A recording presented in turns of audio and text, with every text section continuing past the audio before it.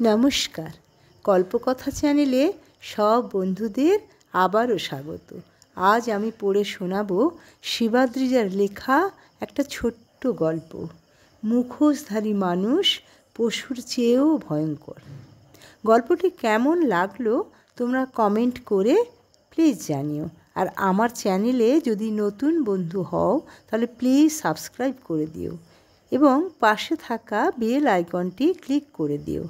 মুখোশধারী মানুষ পশুর চেয়েও ভয়ঙ্কর। রিক্তা তখন দ্বাদশ শ্রেণীর ছাত্রী। খুব সুন্দরী না হলেও তার চোখ দুটি ছিল খুব আকর্ষণীয়। ডাগর দুটি চোখের চাহনিতে খুব স্নিগ্ধতা। এটা লেখিকার লেখনী থেকে ঝরে পড়া কাব্যিক শব্দ নয়, একটি শিক্ষাঙ্গনের অনেক প্রণয়ীর হৃদয়ের অস্ফুট বাণী। রিক্তা লেখাপড়ায় ভালো ছিল বলে তার মুখোমুখি দাঁড়িয়ে কথাটা বলতে কেউ সাহস পায়নি। এক বিধবা মায়ের দুই কন্যা সন্তান, বড় সিক্তা এবং ছোট রিক্তা। বাড়ির আর্থিক অবস্থা খুব একটা যে ভালো ছিল তা কিন্তু নয়। কলেজে পড়াকালীন অনুরমা দেবী সিক্তাকে নিজের সামর্থ্য অনুযায়ী এক ভালো পরিবারের ছেলের সঙ্গে বিয়ে দিয়েছিলেন। পরিবারটি বাইরের চাকচিক্যতে ভালো হলেও সিক্তার কিন্তু সেখানে বেশি দিন টিকে থাকা সম্ভব হয়নি। অগত্যা তাকে তার বিধবা মায়ের বাড়িতে ফিরে আসতে হয়। কিছুদিনের মধ্যে রিক্তার উচ্চ মাধ্যমিক পরীক্ষা শুরু হবে। ঠিক তার আগে রিক্তার জন্য একটা ভালো পাত্রের সম্বন্ধ আসে। যথারীতি পরীক্ষা শেষের পরে তাকে জীবনের আর এক পরীক্ষায় বসতে হয়। পুঁথিগত বিদ্যার পরীক্ষায় পাশ করবার আগেই পাত্রের পছন্দের পরীক্ষাতে সে পাশ করে যায়। পাত্র সুদর্শন এবং শিক্ষিত, ভালো পরিবারের ছেলে বলেও জানা যায়। সৌম্য দর্শন পাত্রকে দেখে রিক্তার মধ্যেও একটা ভালো লাগা আসে। সেটা তার দিদি এবং মায়ের চোখেও ধরা পড়ে। সুতরাং কয়েকদিনের মধ্যেই বিয়ের তোড়জোড় আরম্ভ হয়ে যায়। এরপর বিয়েটাও ভালোভাবে সারা হয়, অর্থাৎ বিবাহের বিভিন্ন ধাপ পেরিয়ে অবশেষে আসে সেই রোমাঞ্চিত ফুলশয্যার রাত্রি।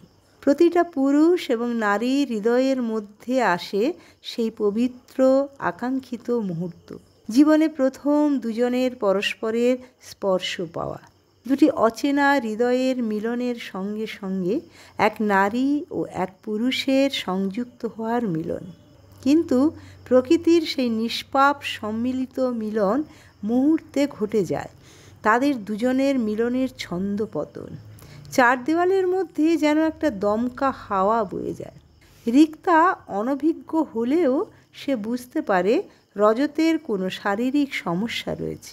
এরপর যত দিন যেতে থাকে রিক্তার কাছে রজতের শারীরিক সমস্যা আরও স্পষ্ট হয়ে ওঠে। সে বুঝতে পারে রজতের মধ্যে নারীর শরীরের প্রতি আসক্তি থাকলেও শারীরিক অক্ষমতা তাকে দমিয়ে রেখেছে।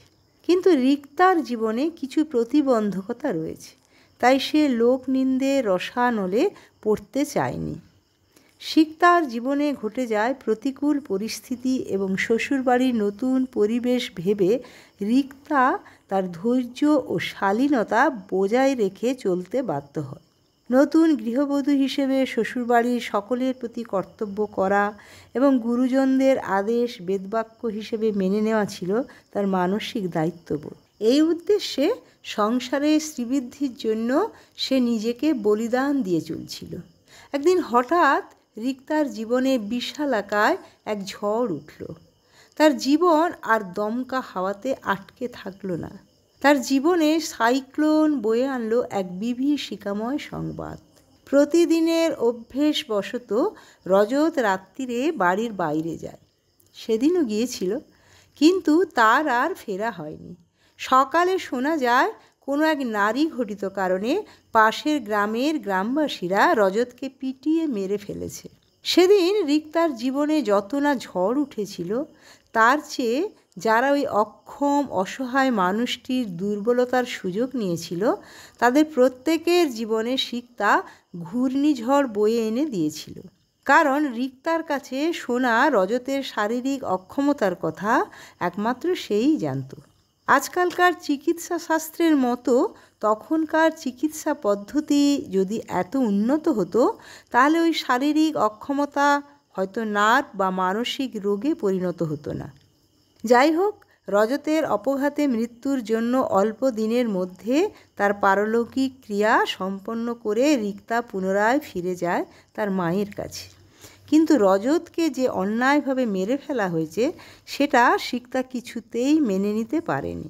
তাই সে রজতের দাদাদের সঙ্গে ওই কুসুমতলা গ্রামের বাসিন্দাদের বিরুদ্ধে বদলা নেওয়ার জন্য যোগাযোগ রেখে চলত। রিক্তা একদিন অন্তর রিক্তার শ্বশুরবাড়িতে এসে থাকত। রজতের দাদারা এক সংসারে থাকলেও প্রত্যেকের জন্য আলাদা রুম বরাদ্দ ছিল। বাড়িটা ছিল রজতের পৈতৃক বাড়ি।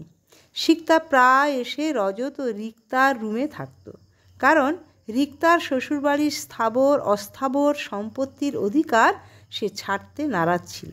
এদিকে রজতের স্কুলে রজতের টাকা পয়সা পাওয়া নিয়েও বেশ জটিলতা দেখা দিয়েছিল। রজত ছিল একটা প্রাইমারি স্কুলের শিক্ষক।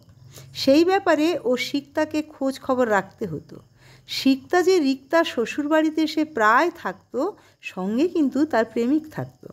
কারণ স্বামী পরিত্যক্তা রিক্তা মায়ের নিকট এসে সে সুমনকে প্রেমিক হিসেবে পাশে পেয়েছিল। রজতে দাদাদের সঙ্গে সলা পরামর্শ করে রিক্তা ওই গ্রামের বাসিন্দাদের বিরুদ্ধে এফআইআর করে। সেই কারণে পুলিশও প্রায় কুসুমতলা গ্রামে হানা দিত। তার জন্য ওই গ্রামের বাসিন্দাদের মধ্যে বেশ আতঙ্কের সৃষ্টি হয়। তখন কুসুমতলা গ্রামের বাসিন্দারা একটা ফন্দি আঁটে। টাকার প্রলোভন দেখিয়ে রজতে দাদাদের বশে আনতে হবে, যেভাবে চিন্তা করে ঠিক কাজটা সেইভাবেই করে। বাসিন্দারা রজতে দাদাদের সঙ্গে আলাপ আলোচনার মাধ্যমে মিটমাট করবে বলে তাদের আমন্ত্রণ জানায়। কিন্তু রিক্তার অনুপস্থিতিতে রজতে দাদারা টাকার প্রলুব্ধকরণে বশীভূত হয়। তারা ভেবেছিল যে কোনো প্রকারে রিক্তাকে কুসুমতলা গ্রামের বিরুদ্ধে করা কেসটা থেকে বিরত রাখতে পারবে। এক্ষেত্রে রিক্তা এক তিল তো রাজি হয় না, উল্টে রজতে দাদাদের বিরুদ্ধেও তার সন্দেহ দৃঢ় হয়। তখন তারা কৌশল পাল্টায়। অনেক চেষ্টা করে শেষে রিক্তার প্রেমিককে তারা আড়ালে নিজেদের দলে টানে। তাদের পরিকল্পনাতে প্রতারক ধূর্ত সুমন রাজি হয়ে যায়। রিক্তা কিন্তু তাদের ছক ঘূর্ণাক্ষরেও বুঝতে পারেনি। ঘটনাটা বেশ কয়েক বছর পিছিয়ে ভাবতে হচ্ছে। তখন মেয়ে বা মহিলাদের উপর সাংসারিক ঝামেলার দায়িত্ব থাকতো বটে, কিন্তু তখন তাদের উপর শারীরিক ধর্ষণ কিংবা খুন এসব ঘটনা কল্পনার অতীত ছিল। তখন হয়তো মেয়েদের ব্যক্তি স্বাধীনতা প্রকট ছিল না, কিন্তু কোনো মহিলাকে অপমান করা বা রাস্তাঘাটে প্রকাশ্যে যৌন হয়রানি করা এসব ভাবা যেত না। কিন্তু সেই সময়কার দিনে রিক্তার জীবনে এক নজিরবিহীন ব্যতিক্রমী ঘটনা ঘটেছিল। অমাবস্যার নিঝুম নিশুতি রাত। এই নিশীথ রাত্রির ছবি একমাত্র তখনকার দিনে গ্রামের মানুষজনের কাছে উপলব্ধ ছিল। গ্রামের নাগরিক সংখ্যা তখন এত বৃদ্ধি পায়নি। 1 কিলোমিটার অন্তর হয়তো একখানা করে বাড়ি রয়েছে। তারপর ধুধু মাঠ, মাঠের পর মাঠ। রাতের এমন পরিবেশে উপস্থিত প্রাণী বলতে শুধু কুকুর শিয়াল ও তাদের ভয়াবহ ডাক, এবং মানুষ বেশি চোর ডাকাত। রাতের ওই নীরবতা যেন শুধু ওই বাড়িগুলোকে গিলে খেত।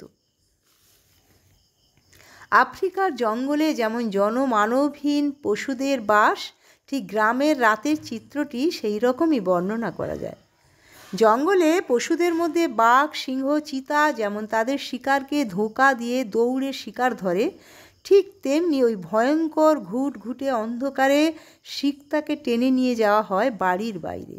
পরদিন সকালে পথ চলতি মানুষের রাস্তার ধারে একটা পুকুরে একজন মহিলার মৃতদেহ ভাসতে দেখা যায়। মৃতদেহটি জলের ওপরে উপুড় হয়ে রয়েছে। বর্তমান সময়েও কান পাতলে আজও কিছু স্বার্থসিদ্ধি মানুষের মুখে শোনা যায়, মেয়েরা নাকি অবলা। কিন্তু সেই সময় শব্দটার অর্থ আরও গাঢ় ছিল। তাও রিক্তাকে মারতে হয়েছিল। একজন মহিলাকে নৃশংসভাবে কয়েকজন স্বার্থপর পাষণ্ড দানব মিলে হত্যা করেছিল। সেদিন সিকতা তার নিজের জীবনের জন্য ন্যায়ের বিচার দাবি করতে পারেনি, তাই বোনের জীবনের জন্য ন্যায়দণ্ড পেতে বদ্ধপরিকর হয়ে নিজের জীবনকে বাজি ধরেছিল।